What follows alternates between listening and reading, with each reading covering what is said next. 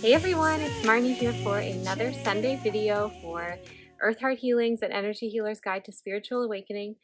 I'm Marnie and I'm the energy healer and spiritual coach over on my online platform where I support mainly women to heal through heart alchemy, the traumas and dramas from our lineages, and as well as considering that we come into this world with a bit of a disadvantage related to the masculine and our ability to do and be equals. So for many people waking up now at this time, for me it happened in 2012 and it was quite a drastic awakening moment for me. We have to do the healing work to get to embody into what I like to call our divine blueprint.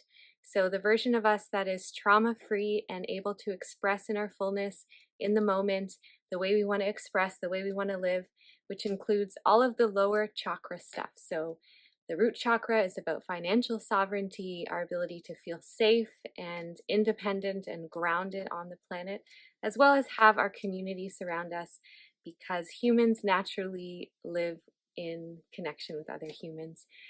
I mean, some of us, me included, I like to spend a lot of time alone, but I couldn't imagine life without my friends and family to be here along with me. So root chakra, sacral chakra, our ability to express our sexuality, our creativity, and to use those energies of creation for good in the world as we see fit in our own alignment, whether it's in our job or in our roles as mothers, as caregivers, or if we tend to have more of that entrepreneurial or managerial, go-get-it kind of energy and attitude in our energy field, based on, I guess, our constitution and the way our astrological signs are arranged at birth.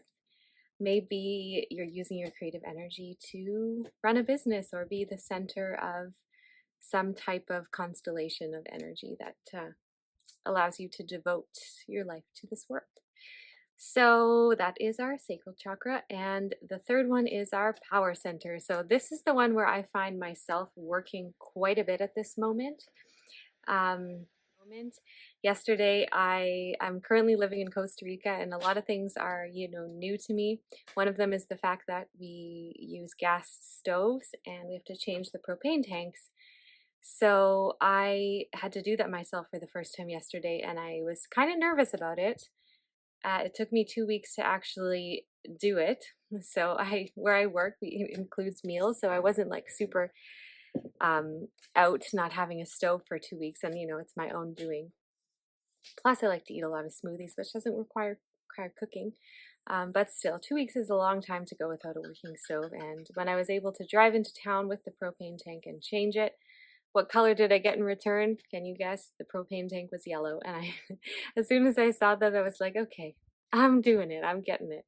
So there's all these little things, these little moments where we're tested and invited to step into our power, to be able to speak our truth, to act on our truths, to step into the masculine energy that also is within us, and bring the feminine, nurturing,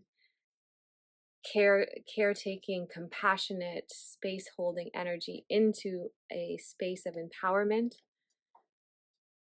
which means that we start to become our own beacons, become our own bright lights in the world. So I support, and what holds us back is the dramas and traumas from this lifetime, from past lifetimes, from our souls, karma from other lifetimes. And a lot of us waking up now have been on the planet for a really long time, which might mean for you as it did me, and I'm still working on some of this stuff too. So I'm in the boat with you all. It means that we have a lot of healing to do, a lot of work to do to bring our fight, flight, freeze, and fawn responses into the present moment so that we can respond instead of react to life. So wherever we are reacting to life, chances are there's a trauma, some sort of trauma, some sort of unhealed, unconscious pattern within our biofield. And the way that I work personally is we can connect into all of those moments in time from our childhood, because we come into this world as a blank slate for in our new incarnation, in our new body. But what happens then after we're born is our karma, our soul's energy that's embodying into the new human vessel will give the template that has to recreate itself into this life, which happens mainly the first time anyway. The root in this lifetime will be in childhood. So how our parents are interacting with us, how life is interacting with us, is setting up the stage for these old karmic patterns to be recreated. So that's why it's so powerful to do inner child work. And sometimes we need to have references to past lifetimes just to give us a little more insight. For example, with me, I had a pretty interesting journey with one of my sisters. It's so funny, after going to healing school for 5 years and living somewhere kind of away from my family for 7, I moved home during COVID. And you know how they always say, if you think you're enlightened, go live with your family. Well, I did that for 3 years, and it was rough, it was tough. It was also beautiful and full of expansion and growth. And I wouldn't be where I am today with my family without those moments. So, you know, sometimes when we're in the trenches, those are the places that give us the most growth. So if you're feeling like you're in the muck, know that it's muck, but it's also compost, and it's also got the seeds of your evolution in there, you know, and one day they are going to bloom.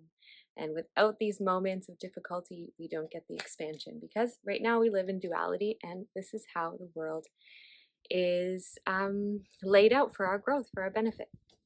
So with my sister, so just a past life little moment here to share.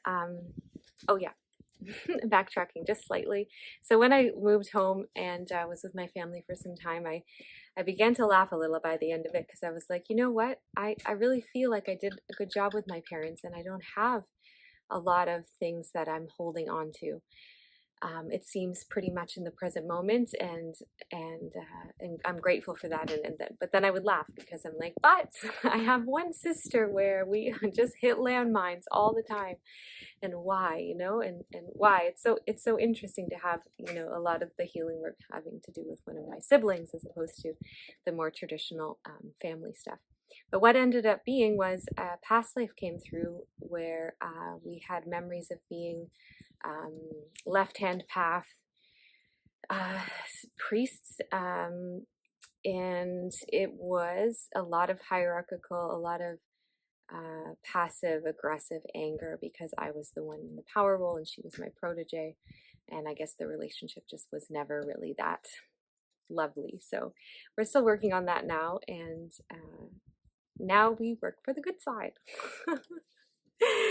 But we all have these lifetimes, right? We all have these lifetimes where we maybe have played roles of malicious characters, because, you know, in the end, if you're a starseed like me and you're watching this, those are the roles that give us the grounding to remember that aspect of reality that is so hidden in our current matrix, but it is unfolding now. There's a lot of stuff coming out, because I think during COVID, the veils, some of the veils that hid the spell casting, that hid some of those higher echelons of power within the left. I mean, we live in duality, we live in a checkerboard system at this moment, and I believe we are evolving into a more of a three-pronged kind of spiralizing system, but we're just at the beginning of that. So we still definitely live in duality, and we play these roles on the dark side, firstly just to have balance on this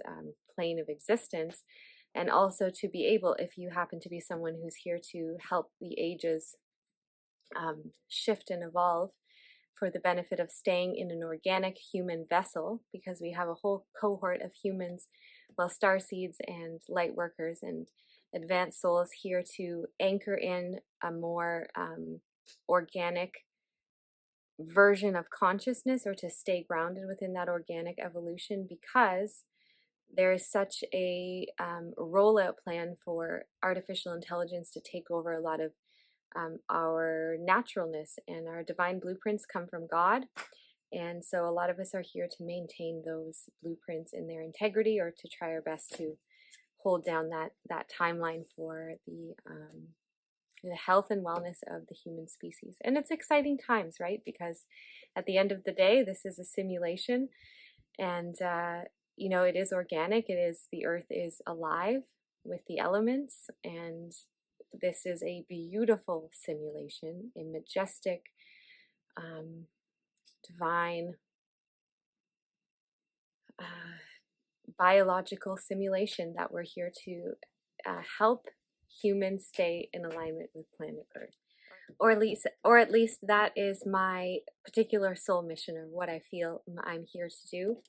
And that leads me to the whole purpose of this video is discovering your soul's purpose, moving into your divine blueprint. So, you know, this is going to be my perspective on it all. And there is a very well-known word called your higher self, and I think it can be used in many different ways. So first of all, I want to specify to me, what is the higher self, or the one that I like to work with my clients? And to me, that is our fifth dimensional template within the biofield. This is the modality, not the modality, the framework from Barbara Brennan. So she's a very well-known energy healer. She's written a couple books. Her main one is called Hands of Light, written in 1988. She was a NASA scientist who had a clairvoyant awakening of her high sense perception, and then proceeded to really work in the healing arts.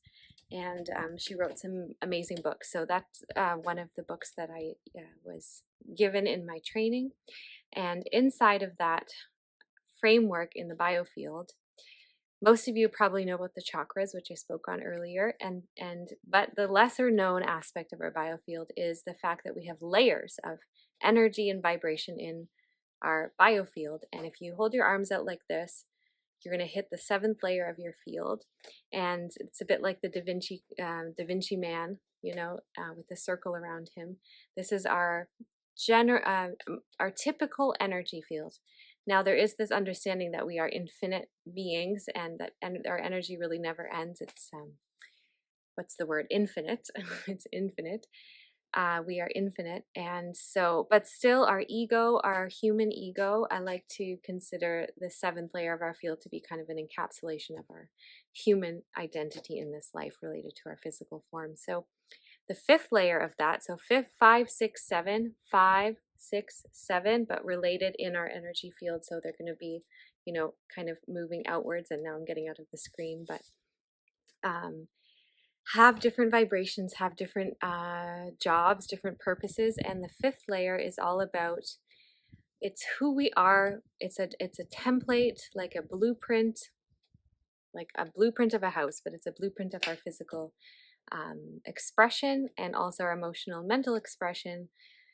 Our personality is kind of it's kind of created by when we incarnate astrologically, and where the planets are stationed in the sky.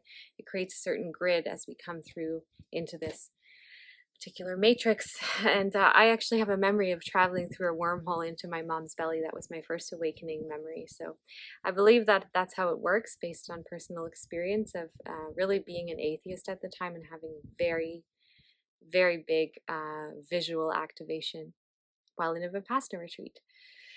So I support people to step into their divine blueprint but first of all, it's important just to know what it feels like. So along with this video, I created a meditation called Aligning with Your Divine Blueprint, and I'll link it below in this video. So if you're someone who's looking to connect with your higher self and connect with your divine blueprint, as I call it, check out that video. Guys, I got to slow down with my words.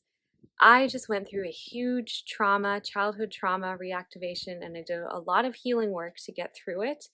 And it was all about codependency and leaning on others for support, when my lesson at the moment is to align with myself and lean into myself. So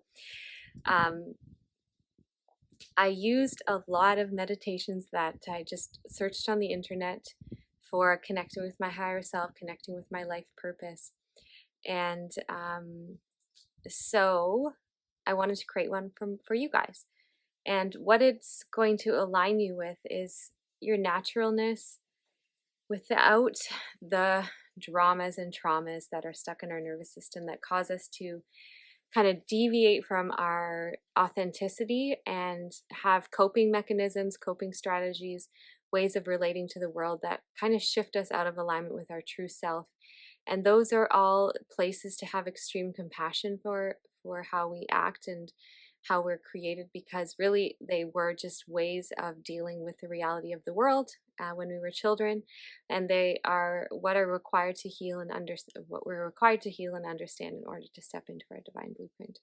But it's also really important to know what our divine blueprint feels like, what it viscerally, if we are walking and talking our talk. You might be surprised to know that my bully name, my bully nickname in elementary school was actually Tomato Face. I was so shy. I was very afraid to respond to questions out loud. And so it's been a journey to be able to just, come onto these videos spontaneously and really feel like I'm just talking to a friend on the screen.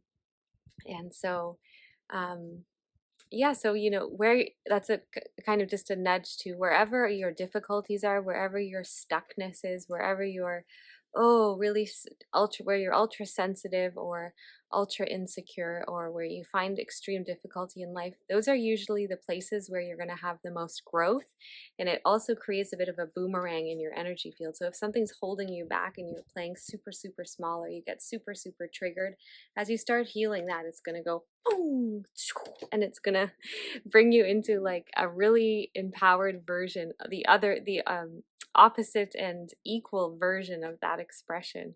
And that's something that helps to like expand the bandwidth. So when we have extreme difficulties, we also are gifted with the opportunity for extreme growth, where someone else might not have so much difficulty, but the growth that they're going to receive in that area is going to be equal and opposite. So that's another kind of, I guess, a nudge to the checkerboard idea that we are dualistic. And when we internalize that dualism in ourselves, it becomes very personal, and it reveals some of our life lessons in this lifetime. And that leads me to the last thought that I thought I'd bring here today, this idea of soul mission, soul purpose, life purpose. And for light workers, it's going to be very specific to your journey as a soul, whether you've lived on this planet for many lifetimes or other planets, the gifts that you have based on your age as an old soul, and your growth and your experience. And that's what you're bringing here to offer the human collective. So and at the same time, okay, there's like thoughts here, thoughts here, thoughts here, thoughts here. So, choo, choo, choo. We are still human in this life. So it means that we can access this expression of us that's coming into this world after the dramas and traumas are healed through our divine blueprint. And so I just created a guided meditation to help you align with your divine blueprint through Barbara Brennan's modality, which is including which considers the fifth layer of our auric field this divine blueprint. And so check it out. I think it's a good one. I just, if you've been watching my previous videos, I just went through a breakup, and I was with some of my girlfriends last night, and I was talking about like, it's just like I become codependent, and they're like, well, what's wrong with that so much? But what ends up happening is the person, like, I'm like, I want to be with you more. They're like, no, it's like kind of falling over, and it really hurts. So that's what I experienced. And in a way, it's like, okay, why do I call on these people that just don't want to show up and support and hold my energy? And so that's still to be discovered. And I guess I brought that up just now because I really did process the wound, and now I'm back in alignment with my purpose, with making videos for you all with ease and grace and joy and silliness, where before I was talking about repressed anger and the feminine. And this is like, this is all the stuff that we have to work with. It's coming into our particular lineages, and A lot of the people who watch my videos and resonate with my work are healers in their own right, are lineage healers in their own right, are old, beautiful old souls themselves. So we get this like extra baggage. We're given extra baggage to work with because we have the ability to alchemize it. So if you happen to be one of those people, don't lose heart. You can do it. We're only given what we can handle, and that is the truth. So, yeah, so if you're looking to align more with your divine blueprint because you're a bit off course or feel a bit confused, something to acknowledge and remember is just this idea that your particular soul gifts are going to give the quality of your expression and your mission to the world. And maybe at the same time you have a contract or a specific alignment pre-birth that you agreed to, and maybe you even have mission supports in other dimensions as well. So some people call those our spirit guides, and we all have a guardian angel in a way here on earth. And then light workers and starseeds, sometimes the more kind of evolved you are, not evolved, but that's a word, but it's like not hierarchical. It's really just about time spent. It's really just about how old you are, how much light you've accumulated based on experience. And it really is about experience and growth through experience. And we can't bypass time spent, right? So it's not meant to be a hierarchical thing. And if you're seeking for your purpose or to align with your most natural, authentic expression, head on over to my latest guided meditation, which I'm going to leave below. And I will see you next Sunday. Sending you all love.